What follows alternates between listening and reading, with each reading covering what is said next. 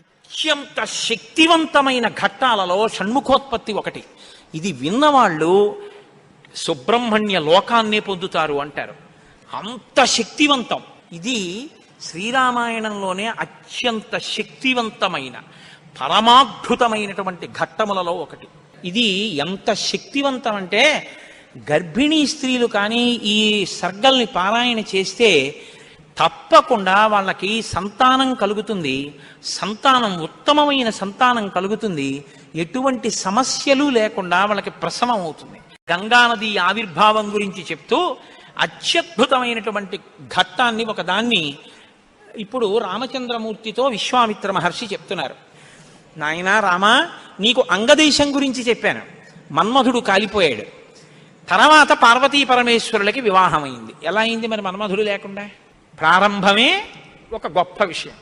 అందరి మీద బాణాలు వెయ్యాలి అంటే చేతిలో చెరుకు విల్లు 5 పుష్ప బాణాలు పట్టుకుని బాణాలు వేసేటటువంటి మన్మధుడు నేను బాణాలు వేసి అందరిలోనూ కామ ప్రచోదనం చెయ్యగలనన్న అహంకారంతో అదే పుష్ప బాణాల్ని తీసుకెళ్లి పరమశివుడి మీద కూడా వేసి ఆయన మనసు కదిపి పార్వతీదేవి యందు అనురక్తుడయ్యేటట్టు చెయ్యగలననేటటువంటి అహంకార బుద్ధితో ఒక్క బాణాన్ని తీసి ప్రయోగించడానికి సిద్ధపడేటప్పటికే బహిర్ముఖుడైనటువంటి పరమశివుడు కనుతెరిచి చూసి తన మీదే బాణ ప్రయోగానికి సిద్ధపడుతున్న మన్మధుడి మీద ఆగ్రహం చెంది 3వ కన్ను తెరిస్తే భస్మ రాశి అయి మన్మధుడు కింద పడిపోయాడు. కాబట్టి సృష్టి ఆగిపోయి ఉండాలి కదా. ఇప్పుడు మన్మధుడు లేడుగా. మరి అప్పుడు పార్వతీ కళ్యాణం ఎలా అయింది అంటే అమ్మవారు ఏం చేసిందంటే ఏ ఆయుధములను మన్మధుడు పట్టుకుంటాడో వాటిని ఆవిడ పుచ్చుకుంది. 5 పుష్పబాణాల్ని చెరుకు విల్లు ఆవిడే పుచ్చుకుంది. కామాక్షి, కంచి కామాక్షి అదే కదండి. ఇప్పుడు ఆవిడ ఇలా పట్టుకుంటే ఇంతటి పరమశివుడు వశుడైపోయాడు. అయిపోయి తాళి కట్టాడు. సంసారంలోకి వచ్చి ఆవిడ పక్కన కూర్చున్నాడు. ఇప్పుడు ఆవిడ శివకామ సుందరి. ఆమె అంత సౌందర్యంతో ఎవరి కోసం కూర్చుంది? మనకి తండ్రిని తెచ్చి కూర్చోబెట్టడానికి. ఆవిడ శివుడికి సౌందర్యం, బాహ్య సౌందర్యం, శివకామ సుందరి. నీకు నాకో అఖిలాండేశ్వరి, జగజ్జనని. ఈ లోకానికంతటికీ తల్లిదండ్రులైన పార్వతీ పరమేశ్వరుల్లో అమ్మ సౌందర్యం పరమశివుడి కొరకు, అమ్మ యొక్క అంత సౌందర్యం అమ్మతనం మన కొరకు. మనకి జగదంబ, జగజ్జనని, ఆయనకి భార్య. కాబట్టి ఇప్పుడు ఆవిడ తన ప్రజ్ఞతో పెళ్లి చేసుకుంది, మన్మధుడి గొప్పతనంతో పెళ్లి చేసుకోలేదు. మన్మధుడికి ఏం చేసింది? శివుణ్ణి తెచ్చి తన భర్తగా కూర్చోబెట్టుకుని, పిచ్చాడా ఇంకెప్పుడు ఆయన మీద వేయకు బాణాలు, ఇగో మిగిలిన వాళ్ళ మీద అంటావా వేయి అని పట్టుకెళ్ళి మళ్ళీ ఆయన చేతిలో పెట్టింది. ఇప్పుడు ఆయన ఏం చేశాడు? శరీరం లేదు కానీ మునులను కూడా మోహపెడుతున్నాడు. ఎందుకు పెట్టగలుగుతున్నాడు? అమ్మ తన కడగంటి చూపుతో ఇలా చూసి వేయి బాణాలు పర్వాలేదు, లోకం మీద వెయ్యింది అంటే అదేమిటండి మన అలా పాడు చేసేయడం ఏమిటండి అని మీరు అనుకోకండి. అమ్మవారు ఆ శక్తి మన్మధుడికి ఎందుకు ఇచ్చింది అంటే మనం పితృరుణం తీర్చుకోవడానికి. తండ్రి రుణం తీరాలంటే మనం సంతానాన్ని కనాలి, అందుకు ఇచ్చింది. కాబట్టి ఇప్పుడు వివాహమైనటువంటి పార్వతీ పరమేశ్వరులు ఏకాంతంలో విహరిస్తున్నారు. వాళ్ళిద్దరూ అలా క్రీడించడం మొదలుపెట్టి 100 దివ్య సంవత్సరాలు పూర్తయిపోయాయి. వాళ్ళిద్దరూ ఏకాంతంలోంచి బయటికి రాలేదు, వాళ్ళకి బిడ్డ పుట్టలేదు. దేవతలందరూ కలుసుకున్నారు. పార్వతీ పరమేశ్వరులు ఇద్దరూ కనపట్టలేదంటే కొత్తగా పెళ్ళయింది కదా, 100 దివ్య సంవత్సరాల నుంచి విహారం చేస్తున్నారు. ఒక చిత్రమైనటువంటి ఆలోచన వచ్చింది వాళ్ళకి. ఒరే, అసలు పార్వతీదేవే శక్తి స్వరూపిణి, పరమశివుడు తేజపుంజం మహానుభావుడు. ఇప్పుడు వాళ్ళిద్దరి యొక్క శుక్రశోణితములు కలిస్తే, తేజస్సులు కలిస్తే, ఈ లోకంలోకి ఒక కొత్త ప్రాణి వస్తే అసలు అటువంటి భూతమును అంటే అటువంటి ప్రాణిని మనం చూడడం కుదురుతుందా? అది ఎంత తేజోవంతంగా ఉంటుంది? ఎవరు వహిస్తారు ఆ భూతాన్ని? ఎవరు చూడగలరు ఆ ప్రాణిని? కాబట్టి మనం పరమశివుణ్ణి వెళ్ళి అడుగుదాం, మీరు రతిక్రీడ విరమించి బిడ్డల్ని కనద్దు అని అడుగుదాం అన్నారు. అయితే మీరు నన్ను మాట అడగచ్చు, ఏమండి బుద్ధి ఉందా అసలు ఈ మాట? వాళ్ళు అన్నారనుకోండి, మీరు ఎలా చెప్పారండి అని అడుగుతారు నన్ను. అసలు దేవతలకు ఎందుకండి ఈ వ్యవహారం? వాళ్ళు అలా ఎందుకు అనాలి? అలా అంటే మాత్రం దాన్ని మేము ఎలా అంగీకరించగలం ఈ విషయాన్ని? మీరు కంగారు పడిపోకుండా ఉండండి, నేను తర్వాత చెప్తాను ఎందుకు వస్తుందో. కాబట్టి ఇప్పుడు వాళ్ళందరూ కలిసి ఓ సమావేశం పెట్టుకున్నారు. నిజమే అంటే నిజమే, అందరూ కలిసి కైలాసానికి వెళ్ళారు. బయట నించుని పెద్ద కేకేశారు. ఏమని? ఓ దేవదేవ మహాదేవ, లోకమునకంతటికి రక్షించవలసిన వాడా అని కేకేశారు. వీళ్ళకి ఏం ఉపద్రవం వచ్చిందో అని ఆయన బయటకు వచ్చారు. ఆయన్ని చూడగానే వీళ్ళందరూ నేల మీద పడి నమస్కారం చేశారు. మహానుభావా, నీవు పార్వతీదేవితో కలిసి ఏకాంతంలో దివ్యక్రీడను అనుభవిస్తున్నావు. మీ ఇద్దరికి బిడ్డ పుడితే దుస్సహం, మేము తట్టుకోలేం. అందుకని నీ తేజస్సుని నీ తేజస్సులోకి అణిచేసేయి, ఆమె తేజస్సుని ఆమె తేజస్సులో అణిచివేయమను. మీ ఇద్దరూ ఒకరి పట్ల ఒకరు ఇటువంటి ఆభిముఖ్యం పొందకుండా తపస్సు చేసుకుంటూ కూర్చోండి అన్నారు. ఎంత అక్కర్లేని విషయం అంటే ఇది. అంటే ఆయన అన్నాడు, తండ్రితనం అండి, తప్పకుండా నీకు అలాంటి ఇబ్బంది ఉంటుందంటే నేను ఇటువంటి భూతమును సృష్టించాను, అలాగే వెళ్ళిపోతాను. కానీ ఇప్పటికే చాలా కాలంగా పార్వతీదేవితో నేను క్రీడించి ఉన్న కారణం చేత నా రేతస్థానం నుంచి తేజస్సు కదిలిపోయింది. ఇప్పుడు కదిలిపోయిన తేజస్సు పడిపోతుంది. నేను పార్వతీదేవి యందు వదిలిపెట్టద్దని మీరు అంటున్నారు. మరి నేను నా తేజస్సుని ఎక్కడ విడిచిపెట్టను, ఎవరు భరిస్తారు చెప్పండి అన్నారు. భరించడం అనేటప్పటికీ వాళ్ళు ఎవరు గుర్తొచ్చారో తెలుసా అండి? భూమి గుర్తొచ్చింది. అన్నీ ఆవిడేగా భరిస్తుంది, పాపం ఆవిడే భరించాలి. అందుకని వాళ్ళందరూ కలిసి ముక్తకంఠంతో భూమిని చూపించారు. చూపించి ఈ భూమి భరిస్తుంది, దీని మీద వదిలేసేయండి. భూమి ఏమనాలి? అదేమిటయ్యా, ఆయన భార్య యందు ప్రవేశపెట్టబడవలసినటువంటి శివ తేజస్సు నా మీద ఎలా విడిచిపెడతాడు? నేనెలా స్వీకరిస్తాను? భూకాంత, ఆమె స్త్రీ, భూదేవి నాలోకి ఎలా ప్రవేశిస్తుంది? శివవీర్యం దోషం అవుతుంది కదా, నేను పుచ్చుకోననాలి. ఆవిడ సంతోషించింది. శివవీర్యం నాలో ప్రవేశించడం అంటే అదృష్టం కదా అనుకుని తప్పకుండా పుచ్చుకుంటానని అనేటప్పటికీ పరమశివుడు ఏం చేశాడంటే ఆయన తేజస్సుని భూమి మీద వదిలిపెట్టేశాడు. అది ఉత్తర క్షణం భూమి అంతటా పాకేసింది.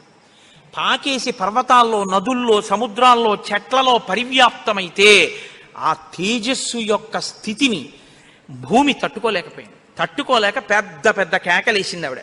నా ఒళ్ళు మండిపోతోంది, దగ్ధమైపోతోంది నా శరీరం అంతా, శివవీర్యాన్ని నేను భరించలేకపోతున్నాను, దాని శక్తి నేను తట్టుకోలేకపోతున్నాను, కాబట్టి నేను విడిచిపెట్టేస్తాను, నాలోకి వచ్చిన వీర్యాన్ని దేనిలోకి విడిచిపెట్టను అని అడిగింది ఆవిడ. ఇప్పుడు దేవతలందరూ ఒకరి మొహాల్లో ఒకళ్ళు చూసుకుని అన్నారు, ఒళ్ళు మండిపోతోంది తట్టుకోలేనన్నావు కాబట్టి ఎవడు మండిస్తాడో వాడిలో వదిలేయన్నారు. అంటే అగ్నిహోత్రుల్లో వదిలేయమన్నారు. అంటే ఇప్పుడు ఆవిడేం చేసింది? తనలో పడినటువంటి శివవీర్యాన్ని అగ్నిహోత్రుల్లోకి వదిలిపెట్టేసింది. ఇదంతా రెప్పపాటు కాలంలో జరిగిపోయింది. పెద్ద పెద్ద అరుపులు, కేకలు, ప్రార్థనలు, హడావిడి. బయటికి వెళ్ళిన శివుడు లోపలికి రాలేదు. అమ్మవారికి అనుమానం వచ్చింది, ఏం జరిగింది అని. పార్వతీదేవి బయటికి వచ్చింది. బయటికి వచ్చి ఏం జరిగిందని అడిగింది. మేమందరం ఇలా ప్రార్థన చేశామమ్మా, మీ ఆయన తేజస్సు భూమిలోకి విడిచిపెట్టాడు, భూమి తట్టుకోలేక అగ్నిలోకి విడిచిపెట్టింది అంది. మీ ఇద్దరికీ సంతానం కలగకుండా తపస్సు చేసుకోమని కోరిక కోరామమ్మా అన్నారు.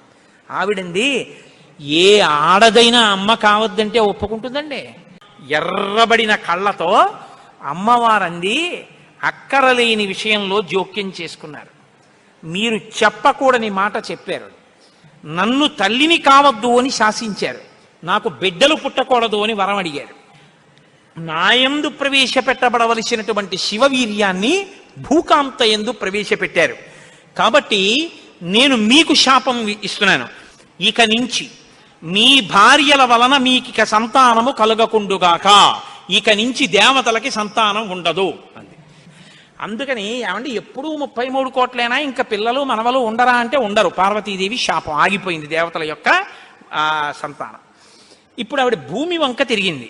నువ్వు స్త్రీవి కదా, నా భర్త యొక్క తేజస్సుని నేను పట్టవలసింది నువ్వెలా పట్టుకున్నావు, నువ్వెలా స్వీకరించావు నా భర్త తేజస్సుని? ఆవిడ్ని శపించింది. నువ్వు ఒక్క రూపంతో ఉండవు, భూమి అని పిలవబడినా నీకు అనేకమైనటువంటి స్థితి కలుగుతుంది. ఒక చోట చౌటు నేల, ఒక చోట నల్ల నేల, ఒక చోట ఎడారి, ఒక చోట పంట పండే నేల. ఇలా నువ్వు రకరకాలుగా అయిపోతావు. అంతేకాదు, బహుభార్య భవిష్యసి, నీకు ఒక్క భర్త ఉండడు. నీ భర్త కానివాడి వీర్యం నువ్వు పుచ్చుకున్నావుగా, నీకు ఇంకా ఎంతమంది భర్తలో లెక్కుండరు. అందుకే రాజ్యాన్ని పాలించిన వాడందరూ భూమిపతులే.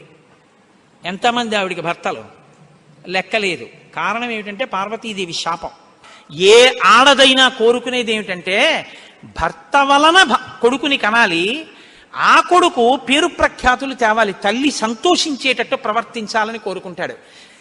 ఏ తల్లి ఈ లోకంలో ఏ ఒక్కటి సహించదో అది నీ యందు నిజమగుగాక. ఏ తల్లి అయినా ఏది సహించలేదు, ఎంత తప్పైనా సహిస్తుంది.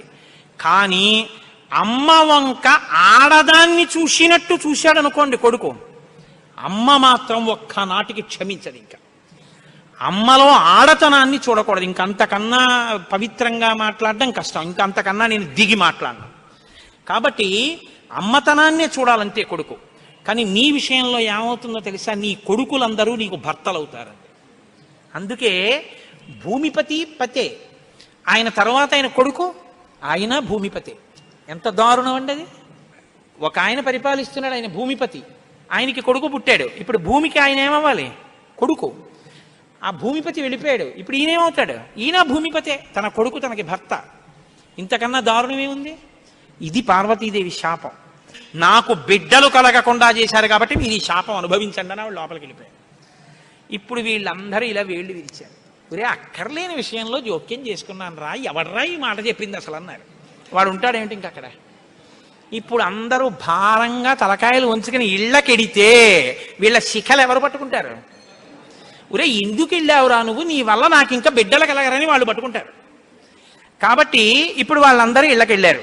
హిమాలయ పర్వత ప్రాంతంలో పార్వతీ సహితుడై పరమశివుడు మాత్రం హాయిగా కూర్చుని తపస్సు చేసుకుంటున్నాడు. ఇంకా వాళ్ళిద్దరికీ బిడ్డలు పుట్టకూడదు అన్నారుగా, అందులో ఆయన వెళ్ళి తపస్సు మొదలెట్టాడు. గొడవ ఎక్కడొచ్చింది? ఇక్కడతో ఏమైపోలేదు గొడవ. తారకాసురుడని వాడు బయలుదేరాడు. వాడికి తెలిసే విషయం, ఇక పార్వతీ పరమేశ్వరులకి బిడ్డలు పుట్టరని, దేవతలకి బిడ్డలు పుట్టరని తెలుసు వాడికి. వాడు బ్రహ్మగారి గురించి తపస్సు, వాడు చాలా తెలివైనవాడు. వాడు నాకు చావుద్దన్నాడు, అది కుదరదన్నాడు ఆయన. అయితే పార్వతీ పరమేశ్వరులకు కొడుకు పుడితే వాళ్ళ చేతిలో చచ్చిపోతానన్నాడు. బ్రహ్మగారు ఏమంటారు? తథాస్తు అన్నారు. ఇంకా వాళ్ళకి పుట్టరు, నేను చావను, అది వాడి ధైర్యం. ఇప్పుడు వాడు ఎవరిని కొట్టడం మొదలెట్టాడు? దేవతల్ని. ఇప్పుడు వాళ్ళేం చెయ్యాలి? ఇప్పుడు వీళ్ళందరూ ఎక్కడికి వెళ్ళి అడిగారు, మీకు బిడ్డలు కలగకూడదు, మీ ఇద్దరు తపస్సు చేసుకోండి అని. వీళ్ళే అడిగారు పార్వతీ పరమేశ్వరుని. వాళ్ళిద్దరూ తపస్సుకి వెళ్ళిపోయారు. ఇప్పుడు వెళ్ళి మీ ఇద్దరు బిడ్డలు కనండి అన్నారు అనుకోండి, ఇంకేమైనా ఉందా? వద్దన్నావు, అన్ని శాపాలు ఇచ్చేసింది ఆవిడ. అంటే మీరు బాగా గమనించండి, ఏదైనా ఆడది భరిస్తుంది, కానీ ఆడదాని అమ్మతనానికి, ఆడదాని భర్తృత్వాన్ని పంచుకోవడానికి ఇంకో ఆడదొస్తే మాత్రం ఈ లోకంలో సహించడం అన్నది ఉండదు. అది ఈ జాతి క్షమించలేదు. ఇది రామాయణం యొక్క తీర్పు. కాబట్టి ఇప్పుడు వీళ్ళు వెళ్ళి అడగలేరు పార్వతీ పరమేశ్వరుని. కొడుకు పుడితే తప్ప వీళ్ళకి బతుకులేదు. ఎందుకని? వీళ్ళని చాలా బాధ పెట్టేస్తున్నాడు తారకాసురుడు. కాబట్టి ఇప్పుడు ఏం చెయ్యాలో అర్థం కాక పార్వతీ పరమేశ్వరులను అడగలేక చతుర్ముఖ బ్రహ్మగారి దగ్గరికి వెళ్ళారు. వెళ్ళి, అయ్యా ఎలాగండి పార్వతీ పరమేశ్వరులకు కొడుకు పుడితే తప్ప మేము రక్షింపబడం, ఇప్పుడు పుట్టే మార్గం ఏమైనా ఉందా అని అడిగారు. అడిగితే ఆయన అన్నారు, ఒరే పార్వతీ పరమేశ్వరులకి ఇంక పిల్లాడు పుట్టడం అనేటటువంటి విషయాన్ని మీరు నేను ఇక వెళ్ళి అడగడం అన్న విషయం మర్చిపోండి. పోనీ మన దగ్గర శివుని యొక్క తేజస్సు ఉంది ఇంకాను. అగ్నిహోత్రుడు పుచ్చుకుని ఉంచాడుగా, అగ్నిహోత్రుల్లో ఉందిగా. యాపిల్ పండు ఫ్రిడ్జ్లో పెట్టుకున్నట్టు అగ్నిహోత్రుడి దగ్గర ఉంది అది. పోనీ దాన్ని తెచ్చి ఎవరిలోకైనా నిక్షేపిద్దామంటే మీ భార్యలు ఎవ్వరికీ పిల్లలు పుట్టరు, ఆవిడ శాపం ఉందిగా. పైగా ఆ శివవీర్యాన్ని భూకాంత పుచ్చుకుందనేగా అన్ని శాపాలు ఇచ్చింది. ఇప్పుడు దాన్ని తీసుకెళ్ళి ఇంకోళ్ళు ఎవరికన్నా ఇస్తామంటే ఎవరు మాత్రం పుచ్చుకుంటారు? ఏ ఆడది పుచ్చుకుంటుంది? పుచ్చుకుంటే కదా పిల్లలు పుట్టడం. పార్వతీదేవిని వెళ్ళి అడగలేము, పోనీ శివవీర్యం ఉందని ఇంకో స్త్రీలో ప్రవేశపెట్టలేము. ఎలా ఆలోచించి, ఆయన తక్కువవాడండి చతుర్ముఖ బ్రహ్మగారు అంటే. నేను అందుకే బ్రహ్మ నన్ను బ్రహ్మగారు అంటుంటాను. ఆయన సలహా లేకపోతే లోకం లేదు, మన ఉపన్యాసమే లేదు. ఆయన అన్నారు, హిమవత్ పర్వతం ఉందే హిమవంతుడు, ఆయనకి 2 బిడ్డలు ఉన్నారు. పెద్దమ్మాయి పేరు గంగ, రెండో అమ్మాయి పార్వతి. పెద్దమ్మాయి దేవతా స్త్రీలలోకి రాదు, ఆ అమ్మాయి స్వర్గలోకంలో ప్రవహిస్తోంది. ఇప్పుడు తనకి బిడ్డలు పుట్టలేదన్న బాధ ఎప్పుడు పోతుందంటే, తన భర్త యొక్క వీర్యం తన అక్కగారిలోకి ప్రవేశించి బిడ్డ పుడితే తన అక్క కొడుకు తన కొడుకేగా. అందుకుని కొంచెం మనసు కుదుటపరుచుకుని పోన్లే బిడ్డ పుట్టాడని సంతోషిస్తుంది. అక్క జోలికి వెళ్ళదు, ఎందుకంటే కొంచెం ఆప్యాయత అన్నదోటి ఉంటుంది. అక్క కొడుకు తన కొడుకే అవుతాడు కాబట్టి. కాబట్టి మనం పార్వతీదేవి కోప్పడకూడదంటే ఆ గంగాదేవి యందు ఈ శివవీర్యాన్ని నిక్షేపించాలి. ఇప్పుడు శివవీర్యం ఎవరి దగ్గర ఉంది? అగ్నిహోత్రుడి దగ్గర ఉంది. ఇప్పుడు అగ్నిహోత్రుడు ఏం చేయాలి? గంగాదేవిలో విడిచిపెట్టాలి. గంగాదేవి ఒప్పుకోవద్దు. కాబట్టి మీరేం చేయాలి? మీరేగా వెళ్ళి ప్రార్థన చేశారు, మీరే వెళ్ళి అగ్నిహోత్రుడిని గంగని ప్రార్థన చేయండి అన్నారు. ఇప్పుడు గంగాదేవి దగ్గరికి వెళ్ళి అమ్మ ఏమనుకోవద్దు, శివవీర్యం అగ్నిహోత్రుడి దగ్గర ఉంది, నువ్వు అది బుచ్చుకో అంటే చీ నోర్ముయ్యి అంటే. అందుకని ఈ మాట ఎవరు చెప్పాలో ఒక్క పురుషుడు చెప్పాలి. పురుషులందరూ వెళ్ళి చెప్తే అసహ్యంగా ఉంటుంది. మీరు వెళ్ళి అగ్నికి చెప్పండి, అగ్ని వెళ్ళి ఆవిడికి చెప్తారని. ఎందుకంటే ఇంత ఇబ్బంది అంటే ఇది గట్టిగా చెప్పుకునేది కాదు. ప్రయత్నం చేస్తున్నారు పార్వతీ పరమేశ్వరులకి పుత్రుడు కలిగేటట్టని తెలిస్తే చంపేవతలు పారేస్తాడు ఆయన తారకాసురుడు. అందుకని ఎవరికీ తెలియకుండా జరగాలి ఈ పని అంతాను. ఇప్పుడు వీళ్ళందరూ కలిసి అగ్నిహోత్రుడి దగ్గరికి వెళ్ళారు. అయ్యా ఎంత గొప్ప సలహా చెప్పావు, ఏదో ఓ కారు చీకటిలో కాంతిరేఖ, కఠినమైన సాక్ష్యానికి సూక్ష్మమైన రంధ్రం దొరికాయి, ఇక మేము అల్లుకుంటాం కథ అన్నారు. బ్రహ్మగారికి పూజ చేసి నమస్కారం చేసి బయలుదేరి అగ్నిహోత్రుడి దగ్గరికి వెళ్ళారు. వెళ్ళి ఆయనతో అన్నారు, ఇప్పుడు మాట్లాడడం కొంచెం జాగ్రత్తగా మాట్లాడడం మొదలెట్టారు. ఇది దేవకార్యం, ఏదో మేము సరదాగా నువ్వు పట్టుకెళ్ళి అక్కడ విడిచిపెట్టు ఇలాంటి మాటలు చెప్పడానికి రాలేదు. నీకు పిల్లలు పుడితే నాకెందుకు, పుట్టకపోతే నాకెందుకు, ఇలాంటి వాటిల్లో ఇక మేము జోక్యం చేసుకోం, బుద్ధి వచ్చింది మాకు. కాకపోతే ఇది దేవకార్యం. ఇప్పుడు ఈ పిల్లాడు పుట్టకపోతే వీపులు పగిలిపోతున్నాయి తారకాసురుడి వల్ల, అందుకుని పుట్టాలి పిల్లాడు. కాబట్టి నీలో ఉన్న శివ తేజస్సుని పట్టుకెళ్ళి గంగలో విడిచిపెట్టు. గంగ పుచ్చుకుంటే, గంగకి కొడుకు పుడితే ఆ పిల్లవాడు పార్వతీ పరమేశ్వర పుత్రుడి కిందకు వస్తాడు. ఎందుకంటే పార్వతీదేవి అంగీకరిస్తుంది కాబట్టి. ఆ పిల్లవాడికి సేనానాయకత్వం ఇద్దాం, వాడు సేనాధిపతి అయితే వాడి చేతిలో తారకాసురుడు చచ్చిపోతాడు. అందుకని నువ్వు వెళ్ళి గంగను అడుగన్నారు. ఇప్పుడు పుచ్చుకునేటప్పుడు అప్రసన్నమైన మనస్సుతో ఆవిడ పుచ్చుకుంది అనుకోండి, ఇది ఎక్కడ చికాకు వచ్చిందిరా అని. అప్రసన్నమైన మనస్సుతో కానీ అలా పుచ్చుకుంటే తేజోవంతుడైన బిడ్డ సంభవించాడు. కాబట్టి ఆవిడ ప్రసన్నంగా పుచ్చుకోవాలి. అంటే ఆవిడ ప్రసన్నంగా పుచ్చుకోవడానికి యోగ్యమైన రీతిలో ఆవిడికి చెప్పాలి. కాబట్టి ఆయన వెళ్ళి చెప్పాడు అగ్నిహోత్రుడు, అమ్మా నువ్వు గర్భం ధరించాలమ్మా, ఆవిడ కన్య, భర్త లేడు. దేవతానాం ఇదం ప్రియం, అమ్మ దేవకార్యం ఇది, అందుకుని నిన్ను అడుగుతున్నాను తప్ప ఇంకో మాట అనుకో కుష్మా తల్లి. అందుకని ఆవిడ అర్థం చేసుకుంది, ఓహో ఇంతకన్నా ఇప్పుడు లోకాన్ని రక్షించడానికి మార్గం లేదు, కాబట్టి శివ తేజస్సుని నాలోకి తీసుకుంటాను.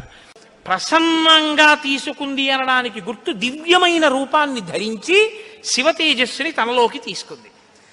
ఇప్పుడు వీళ్ళ బాగా గమనించండి, సుబ్రహ్మణ్యోత్పత్తి అంటే ఎటువంటిదో తెలుసా అండి? 33 కోట్ల మంది దేవతలు ఇలా ఎదురు చూస్తున్నారు.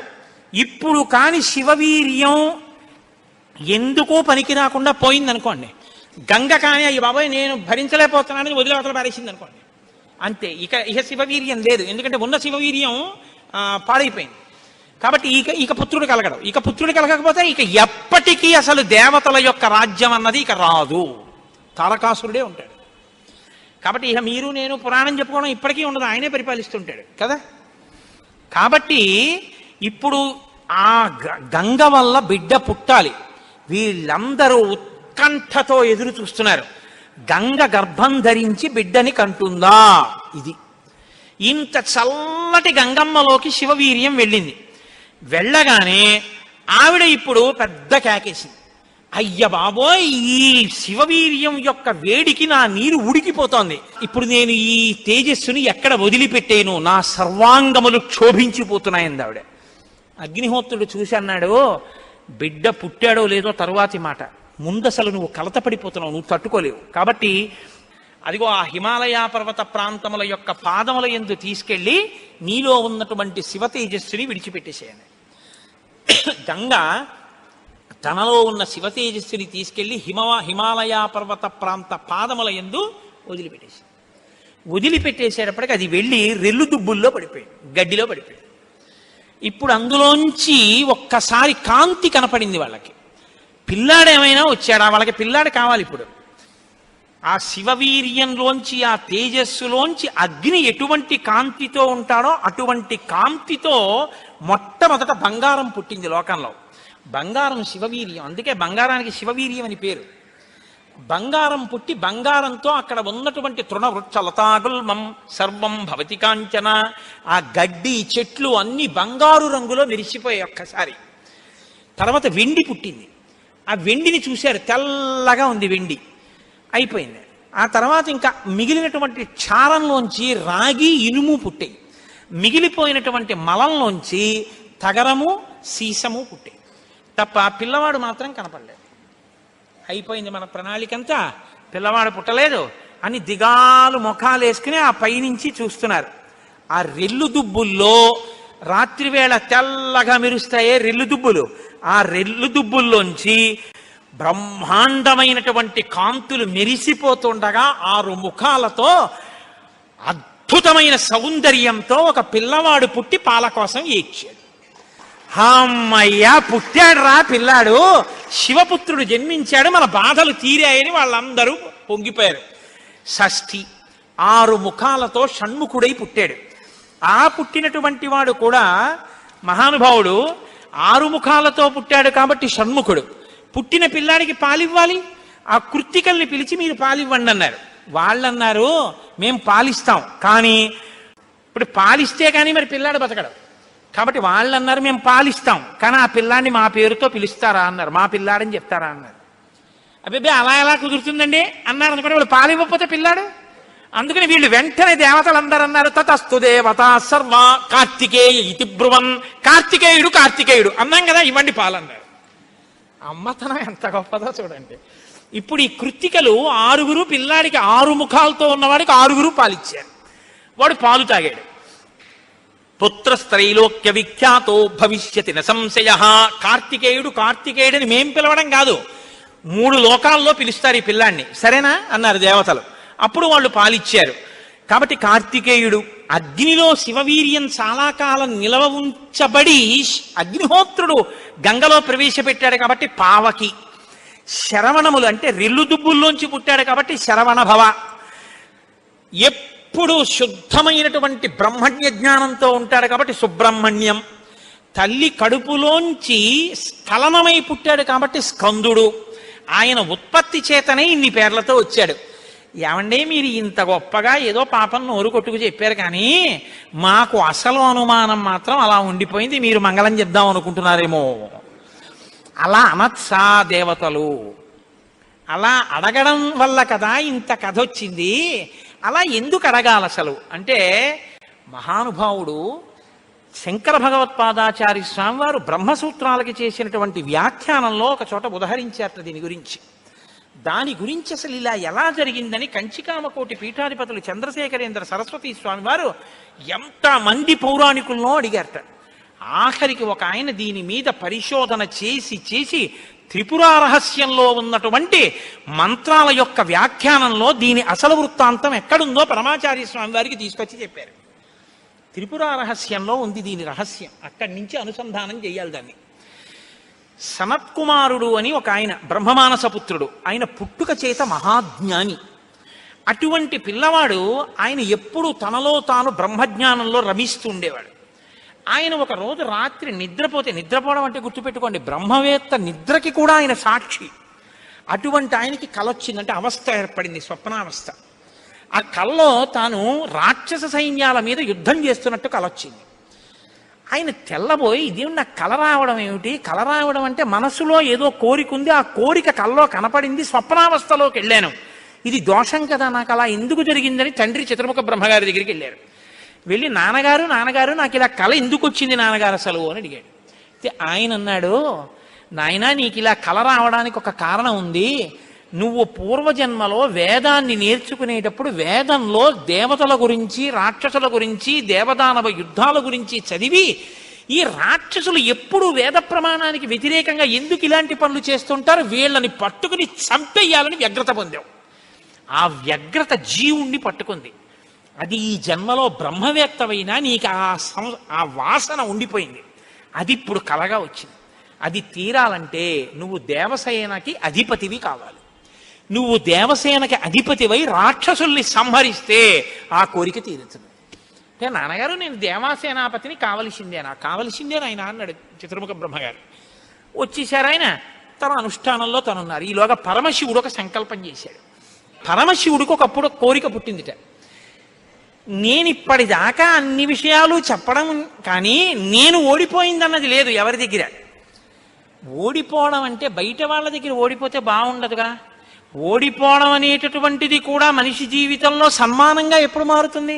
పుత్రాదిచ్చేత్ పరాజయం. తన కొడుకు చేతిలో తాను ఓడిపోవాలి. తన కొడుకు చేతిలో తాను ఓడిపోవడం అంటే, ఉరే నేను ఈ శ్లోకానికి అర్థం ఇన్ని మాటలు చెప్పాను కానీ నా కొడుకు వచ్చి అకస్మాత్తుగా నాన్నగారు ఈ శ్లోకానికి ఈ అర్థం ఇలా కూడా వస్తుంది కదా అంటే నాకు ఎప్పుడూ రాలేదు ఈ ఆలోచన. ఎంత గొప్ప అర్థం చెప్పాడురా, ఇలా చూస్తే అసలు మొత్తం కథ మారిపోయింది, వీడికి ఎంత గొప్ప ఆలోచన వచ్చిందని నా కొడుకు ప్రజ్ఞ ముందు నేను తల వంచితే అది నాకు సన్మానం లాంటి ఓటమి. అలాంటి కొడుకు నా కడుపున పుడతాడా అనుకున్నట్ట పరమశివుడు కూడా ఒకనకొకప్పుడు. ఇప్పుడు సనత్కుమారుల వారికి ఈ కోరిక, పరమశివుడికి ఆ కోరిక. ఒకనకొకప్పుడు పరమశివుడు పార్వతీదేవి అసుర సంధ్య వేళలో ఈ భూమండలం అంతటా కూడా విహారం చేస్తారు. శ్రీశైల పర్వతం మీద దిగుతారు. భాగవతంలో చతుర్థ స్కందం అనుకుంటే అందులో చెప్తారు దీని గురించి.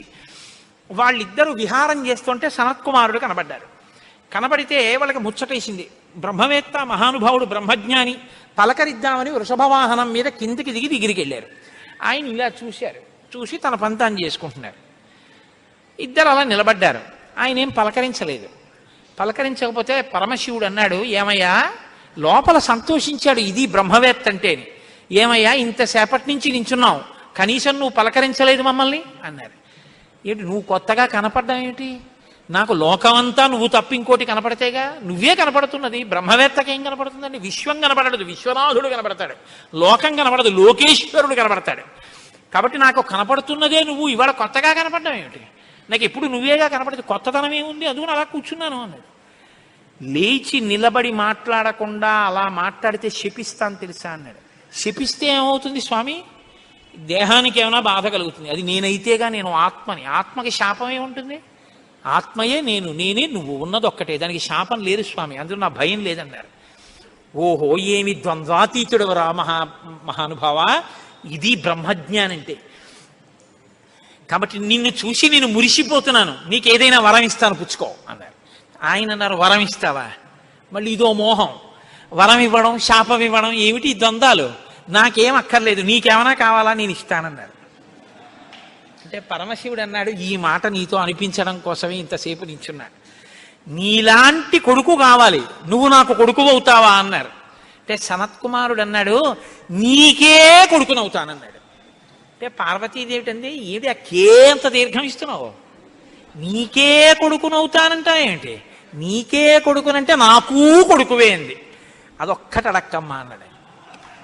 అదేమయ్యా అదేమిటి, నీలాంటి కొడుకు పుడుతుంటే నా కడుపున పుట్టకపోవడం ఏమిటి, అమ్మా ఎంత పార్వతీదేవివైనా తల్లి, నేను ఒక కడుపున పుట్టడం అంటే అమ్మా తల కింద పెట్టి కాళ్ళు పైకి పెట్టి 9 నెలలు అమ్మ కడుపులో పడుకుని యోని ద్వారంలోంచి బయటికి రాలేనమ్మా, శివకుమారుడిగా పుడతాను, నీకు కుమారుణ్ణే తప్ప అమ్మా నీ కడుపున మాత్రం పుట్టనన్నాడు. అంటే ఆవిడ చిన్న బుచ్చుకుంది, అయ్యయ్యో నేను కూడా కలిసి అడగకపోవడం వల్ల వచ్చింది, కానీ నా కోరిక నువ్వు ఇంకొకలా తీర్చాలంది ఆవిడ. ఎలా తీర్చనమ్మా అని అడిగారు. నేను ఒకానొకప్పుడు పరమశివుడు భస్మాసురుడు పరమశివుడి గురించి తపస్సు చేసి వరములు పొందాడు, నేను ఎవరి తల మీద చెయ్యి పెడితే ఆయన భస్మం అయిపోవాలని. పరమశివుడు వరం ఇచ్చాడు, నీ మీదే పరీక్ష చేస్తానని పరమశివుడు వెంటబడ్డాడు.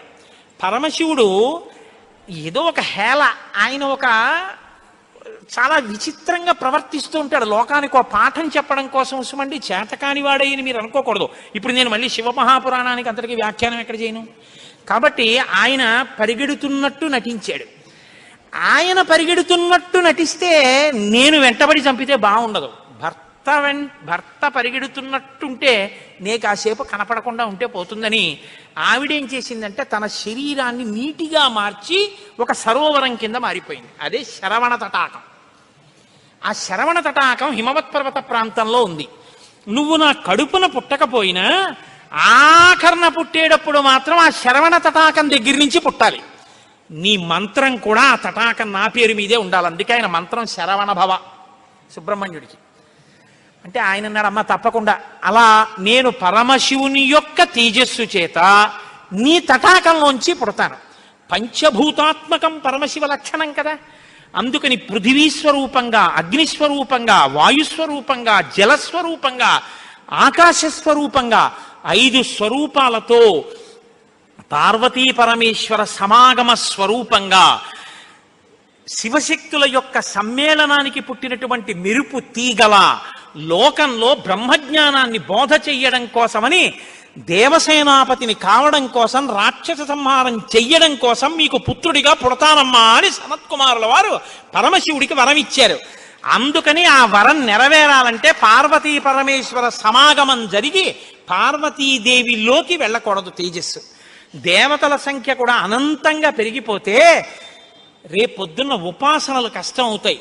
అందుకని నాటకీయ సన్నివేశం సృష్టింపబడాలంటే దేవతలు వెళ్ళి ప్రార్థన చేయాలి. ప్రార్థన చేసి శివతేజస్సు భూమి మీద పడాలి. అది అగ్నిహోత్రంలోకి వెళ్ళాలి. ఇది పంచభూతాత్మకమై ఆయన షణ్ముఖ స్వరూపంతో పైకి రావాలి. వచ్చి స్వామి అని పేరు పెట్టుకోవాలి. స్వామి అన్న పేరు కేవలం సుబ్రహ్మణ్యుడిది. మనం వెంకటేశ్వర స్వామి అంటాం, మంచిదే, నేను తప్పని నేను అంటలేదు. కానీ ఒక్క స్వామి అంటే మాత్రం సుబ్రహ్మణ్యుడే. ఎక్కడెక్కడ సుబ్రహ్మణ్యుడి పేరు చెప్తామో, ఎక్కడెక్కడ తలుచుకుంటామో అక్కడక్కడ సంతానమునకు ఏ విధమైన ప్రమాదం రాదు.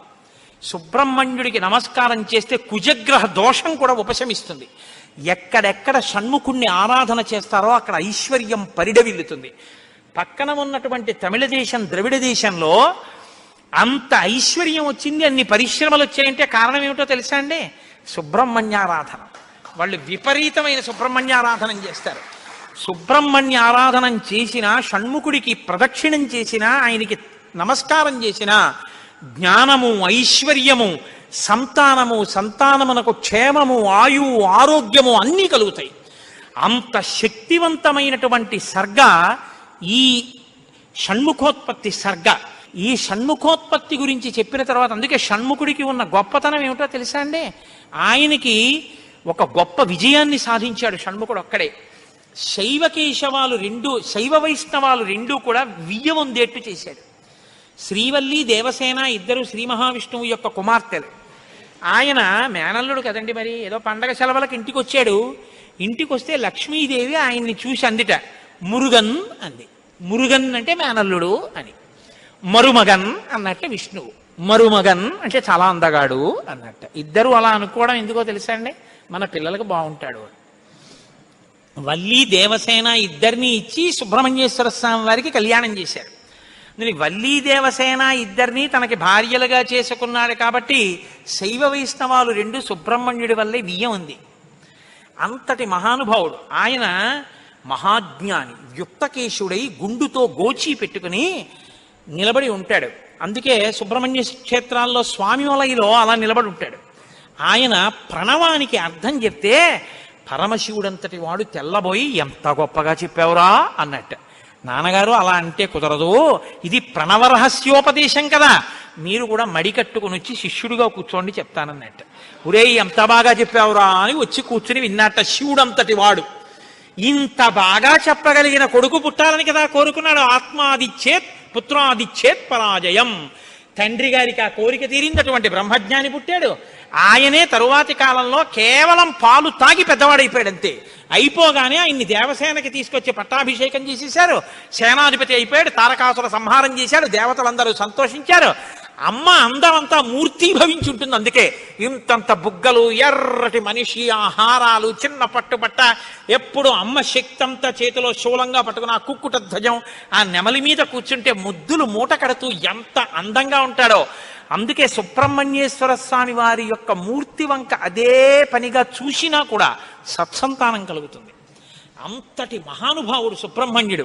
ప్రత్యేకించి ఏ కారణం చేతనైనా గర్భం నిలవక బాధపడుతున్న వాళ్ళు, గర్భిణి అయినప్పటికీ కడుపున ఎటువంటి బిడ్డలు పుడతారో తెలియని వాళ్ళు, వాళ్ళ ఆయుర్దాయం బాగుండాలనుకున్న వాళ్ళు, సంతానం క్షేమంగా వృద్ధిలోకి రావాలనుకున్న వాళ్ళు రామాయణాంతర్గతమైన షణ్ముఖోత్పత్తిని విని తీరాలి. ఇది చెప్పడం కోసమే వాల్మీకి మహర్షి ఫలశ్రుతి చెప్తూ ఓ మాట చెప్పారు. ఎవరు ఈ షణ్ముఖోత్పత్తిని శ్రీరామాయణంలో వింటున్నారో వాళ్ళకి ఎటువంటి చిక్కులు ఉన్నా అన్ని చిక్కులు విడిపోయి అపారమైనటువంటి ధన సమృద్ధి కలుగుతుంది. 2, విశేషమైనటువంటి పుణ్యము స్కందోత్పత్తిని విన్నంత మాత్రం చేత కలుగుతుంది. ఇక్కడే ఆయన కుమార సంభవశ్చైవ అన్న మాట వాడారు. పార్వతీ పరమేశ్వరుల యొక్క కుమారుడు కనుక ఆయనకొక్కడికే కుమారః అన్న నామం. ఎవరు భక్తి శ్రద్ధలతో రామాయణాంతర్గతమైనటువంటి ఈ షణ్ముఖోత్పత్తిని చేతులు కైమోర్చి సుబ్రహ్మణ్యుడికి నమస్కరించి వింటున్నారో అటువంటి వారందరికీ కూడా ఆయుష్మాన్, వాళ్ళకి ఏదైనా అపమృత్యు దోషం జాతకంలో ఉంటే ఆ దోషము ఉపశమించి ఆయుర్దాయం కలుగుతుంది. వాళ్ళ కొడుకులు మనవలు అందరూ క్షేమంగా ఉంటారు. ఏవైనా దుర్గుణములు అలవడవలసినవి ఉంటే అవి పోయి వాళ్ళు వృద్ధిలోకి వచ్చి వంశానికి గొప్ప కీర్తి తీసుకొస్తారు. ఆయుష్మాన్ పుత్ర పౌత్రైశ్చ, ఎవరు రామాయణం సంపూర్ణ రామాయణం చెప్పించుకుని వినేటప్పుడు పరమ భక్తితో దేవాలయ ప్రాంగణంలోనో ఎక్కడో కూర్చుని ఈ స్కందోత్పత్తిని నమస్కారం చేస్తూ విన్నారో వాళ్ళు శరీరం పడిపోయిన తరువాత సుబ్రహ్మణ్య లోకాన్ని పొందుతారు అని వాల్మీకి మహర్షి సత్యం తప్ప ఆయన నోటి వెంట రాదని బ్రహ్మగారి వరం. ఆయన ఎప్పుడూ ఫలశ్రుతి చెప్పరు, ఇక్కడ చెప్పారు. అంత గొప్పది షణ్ముఖోత్పత్తి. దీనివల్ల ఉపయోగం పొందిన వాళ్ళు కన్నుల నీరు పెట్టుకుని సంతోషంతో చెప్తారు యథార్థం నిజమేనని. మీకు నేను ఒక రహస్యం చెప్తాను, నేను ఆశ్చర్యపోయాను. తూర్పుగోదావరి జిల్లాలో మల్లవరం అని ఒక క్షేత్రం ఉంది. అక్కడ సుబ్రహ్మణ్యుడు, ప్రత్యక్ష సుబ్రహ్మణ్యుడు, ఇంతలా పాము కోనేటిలో స్నానం చేసి శివలింగాన్ని చుట్టుకుని ఉంటుంది. అది పిల్లలు పుట్టని వాళ్ళు వెళ్ళి నమస్కారం చేస్తే పిల్లలు పుట్టారు. డాక్టర్లు పిల్లలు పుట్టారని సర్టిఫై చేసిన వాళ్ళకి పుట్టారు. ముఖ్యమంత్రులు కూడా వెళ్ళారు పీఠాధిపతులు అక్కడికి. ఆ పాము కారణాంతరాల చేత శివలింగానికే తల కొట్టుకుని శరీరం వదిలితే ఇప్పుడు అలాగే ప్రతిష్ఠ చేశారు. అక్కడ నేను ఆశ్చర్యపోయింది ఏంటంటే, నాకు ఆ దేవస్థానం ధర్మకర్త ఒక ఆయన వచ్చి ఒకసారి ఒక మాట చెప్పారు. బిడ్డలు పుట్టరు అని డాక్టర్లు చెప్పేసినటువంటి వాళ్ళు సుబ్రహ్మణ్య షష్ఠి నాడు ఈ దేవాలయం వెనకాల పడుకుంటారు, వచ్చి బోర్లా పడుకుంటారు ఆడవాళ్ళు. వాళ్ళకి కునుకు పడుతుంది, కునుకు పడ్డాక లేపేస్తాం. ఆ మరుసటి సంవత్సరం వాళ్ళు పసిపిల్లల్ని పట్టుకుని వస్తారండి అని చెప్పారు. నాకు అపనమ్మకం కాదు, చూడాలనిపించింది. కాకినాడ నుంచి చాలా మందిని కలిసి సుబ్రహ్మణ్య భుజంగ స్తోత్రం చేశారు శంకర భగవత్పాదులు. సుబ్రహ్మణ్య షష్ఠి నాడు ఆ దేవాలయంలో చదువుదామని అందరం కలిసి వెళ్ళాం. ఆ రోజు వాళ్ళు నా ప్రసంగం కూడా అక్కడ ఏర్పాటు చేశారు. మీరు నమ్మరు, నేను తెల్లబోయానండి. ఎంతంత సంపన్న కుటుంబాల వాళ్ళు బిడ్డలు పుట్టరు అని బెంగ పెట్టుకున్న తల్లులు చంటి పిల్లలతో ఎంతో సంతోషంగా వచ్చి ఆయనకి నమస్కారం చేసుకుని, అబద్ధం కాదు, నేను ఎంతో మందిని అక్కడ అడిగాను, ఏమమ్మా మీకు ఈయన వలనే కలిగిందా సంతానం అని. ఖచ్చితంగా మేము ఆయన వలనే ఈ అనుగ్రహాన్ని పొందామని ఆ అదృష్టాన్ని పొందారు. మహానుభావుడు సుబ్రహ్మణ్యుడంటే. ఆయనకి నమస్కారం చేస్తే ఎంత స్థితినైనా ఇస్తాడు. ఇది సత్యం, సత్యం పునఃసత్యం. ఇది ఆ శక్తి కలిగి ఉంది, అది నా నమ్మకం. కాబట్టి మీరు స్వామికి నమస్కారం చేయండి. సర్వం శ్రీ ఉమామహేశ్వర పరబ్రహ్మార్పణమస్తు. స్వస్తి.